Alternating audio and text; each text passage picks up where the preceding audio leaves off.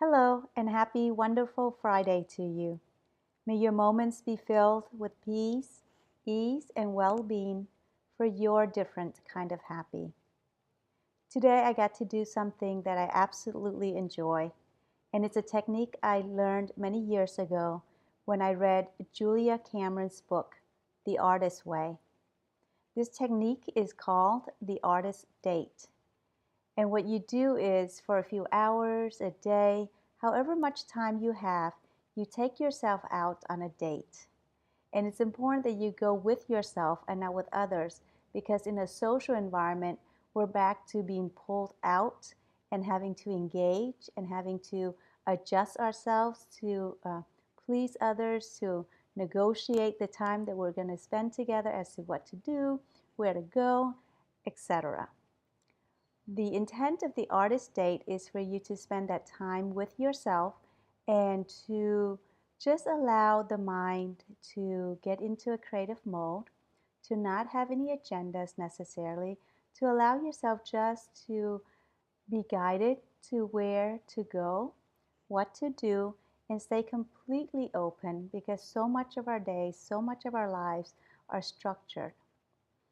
And while I was out on my artist date, I met someone I know who came into the restaurant where I was enjoying lunch. And he came up to me and he said, "Oh, you're eating lunch all by yourself." I said, "No, actually, I'm enjoying lunch with myself." So that concept is really important. It's not a time of loneliness, it's a time of connection, it's a time of um, listening to what it is that, on a day-to-day basis, I may not get a chance to do because I'm so busy following agendas and schedules and deadlines and such. And so I had a wonderful day, just allow myself to meander, not a full day, but I had a wonderful few hours, just allow myself to meander and to be guided to where to go. And it's important to allow your senses to come alive, to see new things, touch things, feel things, experience things from that quieter place from within. And this is very much tied into yesterday's video in terms of juicing up our lives. Because the reality is, juicing up our lives doesn't come from sitting around and thinking about it. Juicing up our lives requires that we show up and engage in our lives, to engage, to go do, take actions, for that's how we get feedback as to what's right for us, what's important to us, what feeds our souls, what connects us to life itself. And so the artist date is a great way to discover that about myself, about yourself, and I highly recommend it. I used to just go to the dollar store with just $5 and begin to explore again, buying crayons or coloring books or puzzles, just simple things like that, to begin to reconnect and discover that child part inside of me.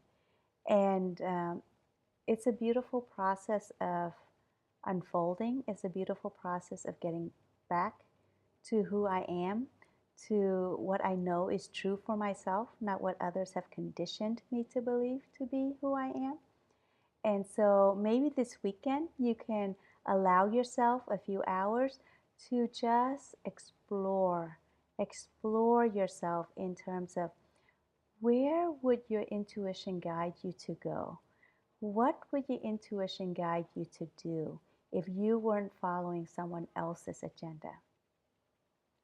And begin to juice up your life by showing up and doing and discovering yourself instead of sitting around and worrying or analyzing and trying to figure out in your head, well, who is this me? The only way to find out is to go forth, act, discover, and find out.